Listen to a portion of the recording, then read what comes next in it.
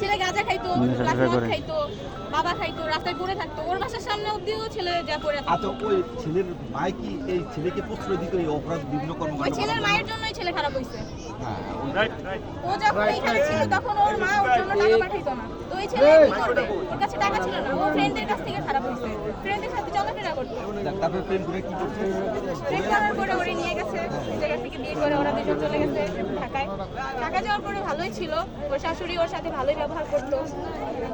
পরে 1 মাসের মতো মেবি ভালো ব্যবহার করতে, ফেসবুকে দেখতাম ওদের পোস্ট, অনেক কিছুই ছাড়তো, ওর শাশুড়ির সাথে ঘুরতে যাইতো, অনেক কিছু ভালোই করতো। হঠাৎ করে 1 মাস ধরে আমার সাথে একটু ঝামেলা হয়েছে অব্দি আমি কথা বলি। তারপরে আমার কিছু ফ্রেন্ডের জিজ্ঞেস করলাম যে অনলাইনে আসলে যে জানি না, ভালোই আছে। হঠাৎ করেই শুনতেছি যে ও মারা গেছে। আর ও মারা যাওয়ার পরে যখন আসতে আমরা তো দেখছি যে ওর শরীরে অনেক ধরনের চিহ্ন ছিল আঘাতে, তো ওইগুলা কি মিথ্যা ছিল? তোমরা মনে করো কি যে তাকে আমরা মনে করি ওরা মারা ফেলানো, নির্মমভাবে হত্যা করছে। ধন্যবাদ। আর কিছু তোমরা